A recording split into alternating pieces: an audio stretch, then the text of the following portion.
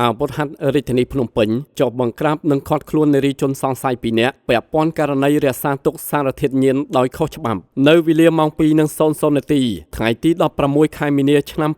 2026កម្លាំងជំនាញការិយាល័យប្រឆាំងបទល្មើសគ្រឿងញៀននៃកងរាជអាវុធហត្ថរាជធានីភ្នំពេញសហការជាមួយកម្លាំងអាវុធហត្ថខណ្ឌចំការមននិងមានការសម្របសម្រួលនីតិវិធីពីលោកស៊ីនរក្សាព្រះរាជអាជ្ញារងនៃអាយកាអមសាលាដំបងរាជធានីភ្នំពេញបានចុះបង្ក្រាបនិងឃាត់ខ្លួនជនសង្ស័យ2នាក់រួមមាន1ឈ្មោះហុតរីណាភេទស្រីអាយុ39ឆ្នាំ2ឈ្មោះសៅចាន់នីភេទស្រីអាយុ45ឆ្នាំនៅចំណុចតំបន់បាសាក់ឡែនផ្លូវលំភូមិ6សង្កាត់ទន្លេបាសាក់ខណ្ឌចំការមនរាជធានីភ្នំពេញពាក់ព័ន្ធករណីរក្សាទុកនៅសារធាតុញៀនដោយខុសច្បាប់វត្ថុតាងចាប់យករួមមានកញ្ឆាក្រៀម80កញ្ចប់បារីកញ្ឆា150ដើមកញ្ឆាដុំខ្មៅ10ដុំចាហួយពណ៌បៃតង106គ្រាប់ចាហួយពណ៌ឈាមជ្រូក31គ្រាប់ចាហួយពណ៌ក្រហម68គ្រាប់ចាហួយកញ្ចប់ពណ៌បៃតង12កញ្ចប់កញ្ឆាឈីតា6កញ្ចប់ចាហួយវ៉ុនកា4កញ្ចប់ចាហួយខាមីណូ1កញ្ចប់ Raspberry 1កញ្ចប់ Mighty Magic 1កញ្ចប់